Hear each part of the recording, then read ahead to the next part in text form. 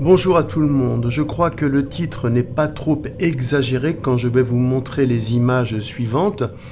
Donc toujours la bouillie d'un ARN sous microscope que je vous avais exposé il y a quelques jours dans une vidéo où l'on voit donc ces images avec une dynamique de bouillonnement qui montre plein de structures en état d'effervescence de construction.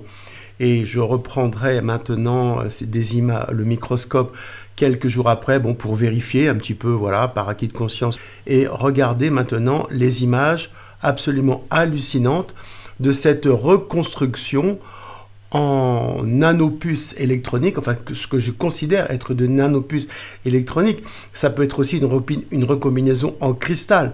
Les cristaux ont des mêmes structures, cela dit, c'est dans votre sang, et cette recombinaison fait de toute évidence des particules électroniques qui peuvent émettre ou recevoir des signaux, des informations.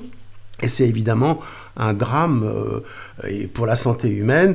Et de mon côté, encore une mauvaise nouvelle, d'une amie, atteinte des reins et atteinte du foie au niveau d'un probablement cancer.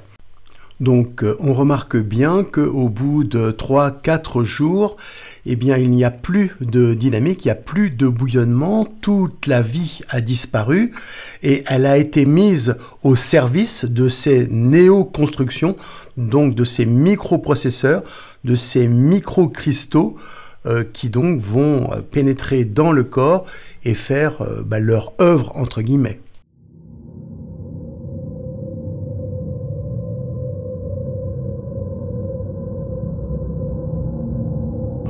Et donc toujours c'est tout persistant.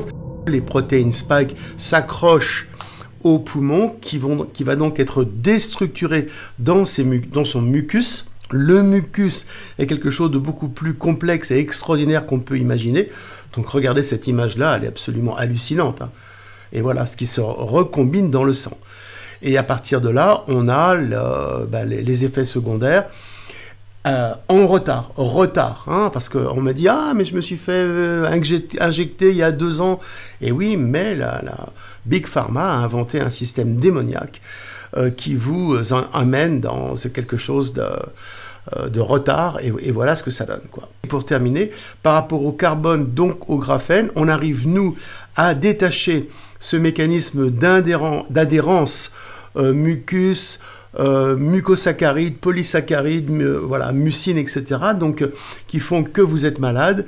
Et donc, je suis assez content de montrer certains résultats. Donc là, on voit dans le vaccin, toujours, les capsules lipidiques, vous voyez, qui ont donc été le vecteur d'introduction. Vous voyez, on voit bien, elle est encapsulée avec des nanolipides à l'intérieur. Et on voit ici les structures, ça va un petit peu vite. Mais voilà, vous pouvez repasser. Au début, dans les animations, ce sont des sphères qui étaient collées aux structures géométriques, donc aux microprocesseurs, qui, de mon point de vue, correspondent à une énergie sphérique, donc à la pulsation primordiale, donc visible bien sûr avec l'apparition dans notre espace-temps. Et en fait, cette dynamique hydrogène de base qui est un peu le moteur, un peu comme un moteur à hydrogène finalement, qui permet donc l'activation ou la recombinaison de toutes les particules en structures plus élaborées, plus intelligentes, donc électroniques pour notre grand malheur.